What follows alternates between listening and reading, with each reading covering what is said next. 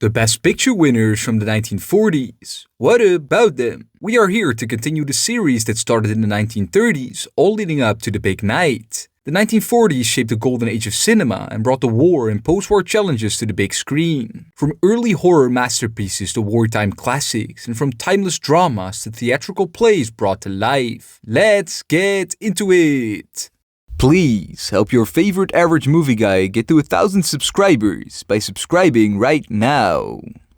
Rebecca, 1940. Directed by the master of suspense, Sir Alfred Hitchcock, and starring Laurence Olivier and Joan Fontaine. This romantic psychological thriller follows a young shy woman who marries the wealthy Maxim de Winter and moves to his grand estate, Manderley. There, she becomes haunted by the memory of Rebecca, Maxim's first wife, whose presence lingers through the obsessive housekeeper, Mrs. Danvers. As secrets about Rebecca's life and mysterious death unravel, the new Mrs. de Winter must confront her insecurities and the dark truths threatening her marriage and future. The film received glowing reviews, with critics praising its atmospheric direction, superb performances, and its faithful adaptation of Daphne du Maurier's best-selling novel. It was seen as a picture that marked the quality of every department. The film was nominated 11 times at the 13th Academy Awards, winning 2. Next to being Hitchcock's only Best Picture win, it also won Best Cinematography. It beat some major contenders, including All This in Heaven 2, Foreign Correspondent, Kitty Foyle, The Letter, The Long Voyage Home, Our Town, The Grapes of Wrath, John Ford's adaptation of John Steinbeck's novel, The Philadelphia Story, a legendary screwball comedy starring Katharine Hepburn, Cary Grant and James Stewart, and The Great Dictator, one of the most famous political satires ever made. While The Shop Around the Corner, the charming romantic comedy drama by Ernst Lubitsch, wasn't even nominated. Rebecca was among the best of the year and thus a deserving winner. Today it is still celebrated as a masterpiece of Gothic cinema. Its haunting visual style and timeless themes of jealousy and insecurity continue to captivate new audiences. I came up to see if I could fasten it. Why did you say that? How Green Was My Valley, 1941. Directed by John Ford and starring Walter Pidgeon, Maureen O'Hara, Anna Lee, Donnie Crisp, and Roddy McDowell. This drama film tells the story of the Morgan family, a coal mining household in a Welsh village, as seen through the eyes of Hugh, the youngest son. The film chronicles the family's joys, struggles, and tragedies as industrialization, labor disputes, and societal pressures strain their once idyllic life. Hugh witnesses the decline of his close-knit community, the departure of his siblings, and the loss of his father in a mining accident. Reflecting on his past, Hugh laments the fading of a cherished way of life while celebrating the enduring strength of family bonds. The film was a critical darling at the time, with audiences connecting to its emotional storytelling and lush cinematography. The film was nominated 10 times at the 14th Academy Awards, winning 5. Next to Best Picture, it won Best Director for Ford, his third, Supporting Actor for Crisp, Best Art Direction and Best Cinematography. It beat its competitors Blossoms in the Dust, Here Comes Mr. Jordan, Hold Back the Dawn, The Little Foxes, One Foot in Heaven, Sergeant York, Suspicion, The Maltese Falcon, the classic film noir known for its sharp dialogue, dark visuals, and twisty intrigue, as well as its most famous competitor, Orson Welles' Citizen Kane. While Citizen Kane is now considered one of the greatest films ever made, its innovative storytelling wasn't as widely appreciated at the time, meaning Ford's picture beat it. It is fair to say there would have been a couple better choices for Best Picture this year. Today, How Green Was My Valley is still regarded as one of Ford's best. It is seen as nostalgic without being maudlin, while the Brits criticize the bad accents used, still to this day. Came to me just now. Evil was with him. Mrs. Miniver, 1942. Directed by William Wyler and starring Greer Garson and Walter Pidgeon. This romantic war drama revolves around Kay Miniver, whose calm and strength help hold her family together during the turmoil of the Blitz. Her husband Clem works as an architect, while their eldest son Vin is a student who becomes politically and emotionally awakened by the war. The Minivers' lives are disrupted by the war's impact, including air raids, food shortages, and the emotional toll of loved ones going off to fight. As the family copes with personal losses and fears, they demonstrate extraordinary courage and unity. The film portrays the resilience of ordinary people and the importance of community during times of adversity. The film was a massive hit, both critically and financially. Given the global context of World War II, the film's message of unity made it an inevitable success in a way. The film was nominated 12 times at the 15th Academy Awards, winning 6. Picture, director for Wyler, actors for Garrison, supporting actors for Wright, adapted screenplay and cinematography. It easily beat 49th Parallel, King's Row, The Magnificent Ambersons, The Pied Piper, The Pride of the Yankees, Random Harvest, The Talk of the Town, Wake Island, and Yankee Doodle Dandy, while To Be or Not to Be, the dark comedy blending satire and wartime drama showcasing sharp humor amid Nazi-occupied Poland, wasn't even nominated. Mrs. Miniver was easily the second best film of the year, thus a pretty deserving winner. While its propaganda elements may feel dated, the film remains a powerful depiction of resilience in the face of adversity. Its emotional authenticity and performances still resonate with audiences today. Could be thin. It could! No, Carol, no, it's not possible. Casablanca, 1943. Directed by Michael Curtiz and starring Humphrey Bogart, Ingrid Bergman, and Paul Henreid. It is easily one of the most iconic films of all time and one I enjoyed very much. The World War II romantic drama film is about Rick Blaine, a jaded nightclub owner in Casablanca whose life is upended when his former lover Ilse Lund arrives with her resistance leader husband Victor Laszlo. As they seek escape from Nazi-occupied Europe, Rick must choose between rekindling his romance with Ilse or helping the couple flee to continue their fight against tyranny. The film explores themes of love, sacrifice and redemption amidst the backdrop of war. Though production was chaotic, the result was cinematic magic. Upon its release, the film received widespread acclaim for its performances, sharp writing and its compelling mix of romance, drama and wartime intrigue, though few anticipated its eventual iconic status. The film was nominated 8 times at the 16th Academy Awards, only winning 3, quite a low number for such an iconic film. It obviously won Best Picture, as well as Best Director for Curtiz and Best Screenplay. The film easily beat For Whom the Bell Tolls, Heaven Can Wait, The Human Comedy, In Which We Serve, Madame Curie,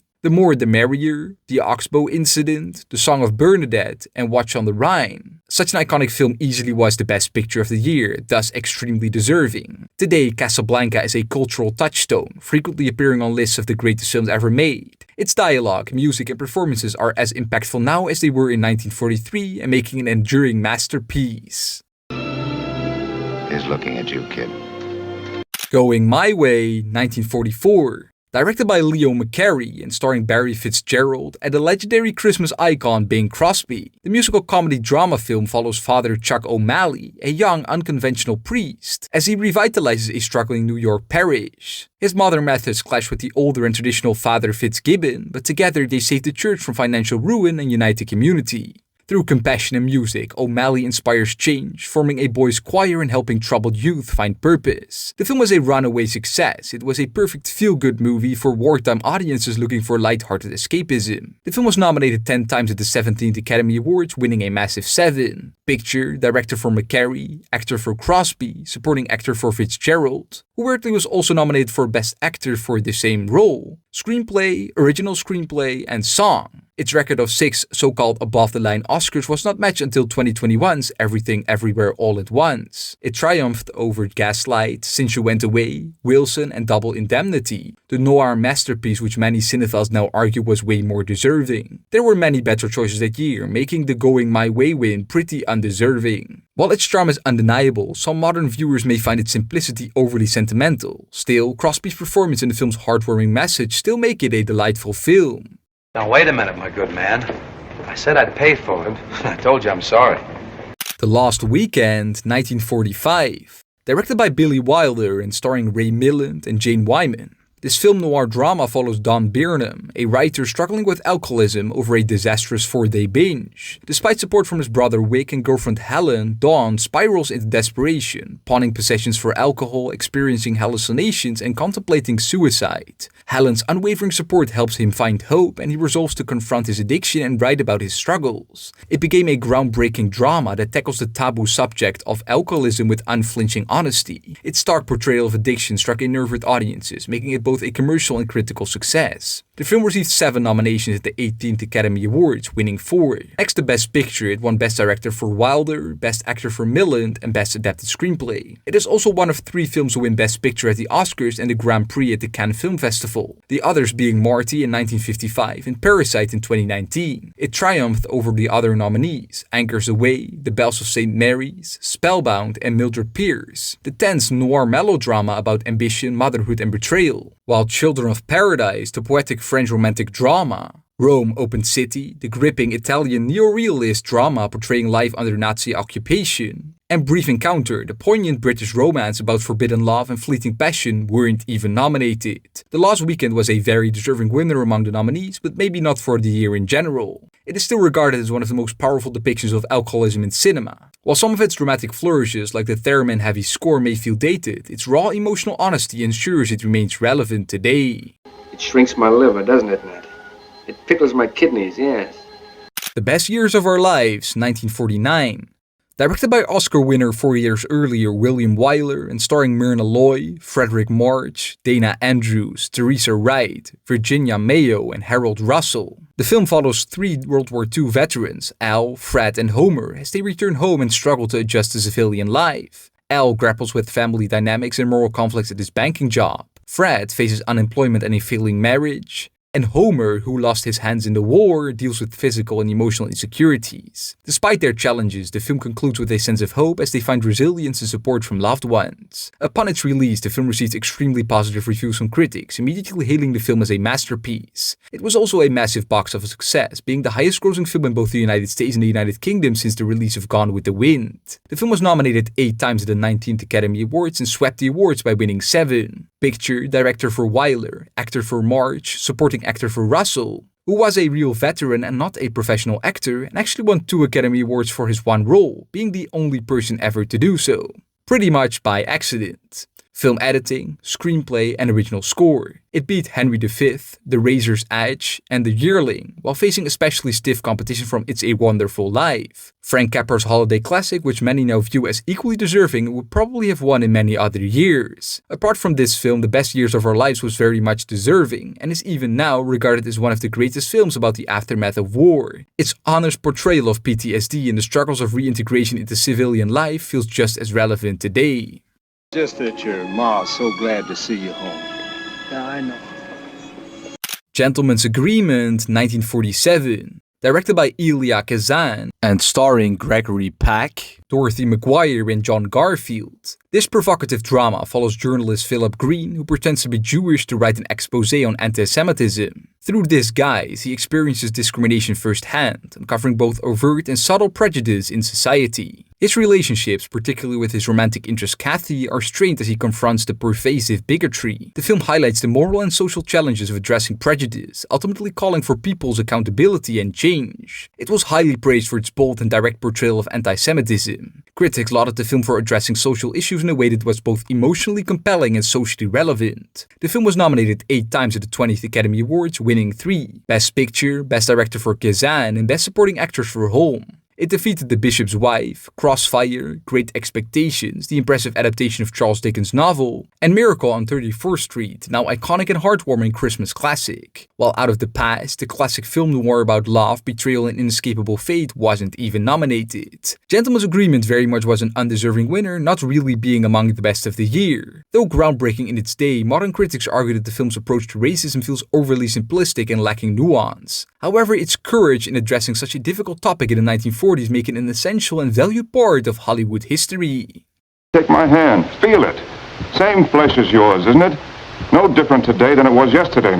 Hamlet, 1948. Directed by and starring Laurence Olivier, his second directorial outing obviously follows Prince Hamlet, as he seeks to avenge the murder of his father, King Hamlet, by his uncle Claudius, who has taken the throne and married Hamlet's mother, Gertrude. Hamlet grapples with his emotions, feigns madness, and struggles with the moral implications of revenge. Eventually, Hamlet's hesitation leads to a tragic series of events. The film emphasizes themes of revenge, madness, and the consequences of indecision. It brought Shakespeare to the silver screen in a way that had never been done before. It was well received upon release. Critics praised Olivier's powerful portrayal of the troubled prince and his innovative direction, which condensed Shakespeare's play into a more accessible 2-hour film, which also was a critique at the same time. The film was nominated 7 times at the 21st Academy Awards, winning 4. With its Best Picture win, it became the only film to have won both the Golden Lion and the Best Picture until The Shape of Water in 2017 and Nomadland in 2020. It is also the first non-American and thus also British film to win Best Picture. It also won Best Actor for Olivier, making it the only film in which the leading actor had directed himself to an Oscar-winning performance until 1998 when Robert Benigni directed himself to an Oscar-winning Life is Beautiful.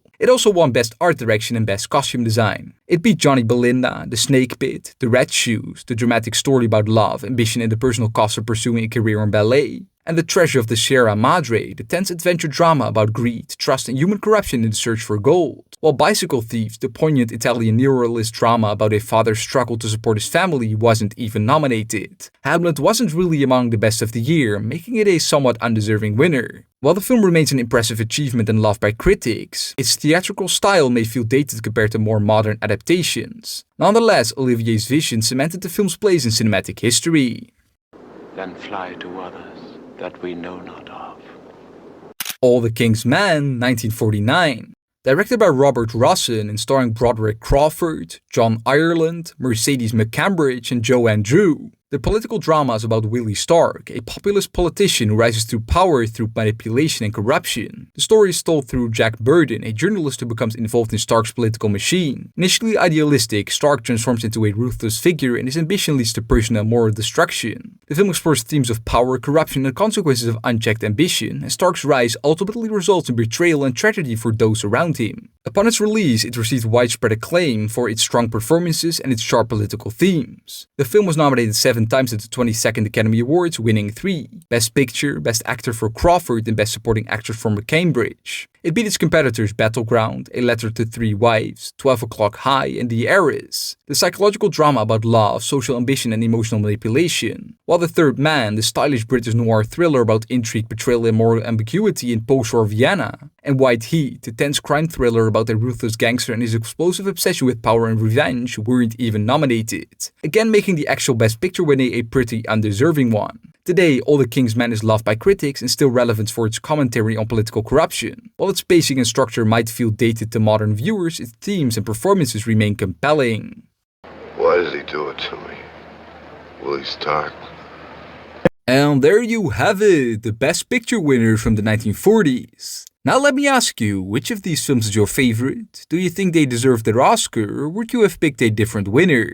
Let me know in the comments below and be sure to subscribe for more videos like these. I have been Dean, the average movie guy on your screen. Big thanks for watching. See you next time. Roll the credits.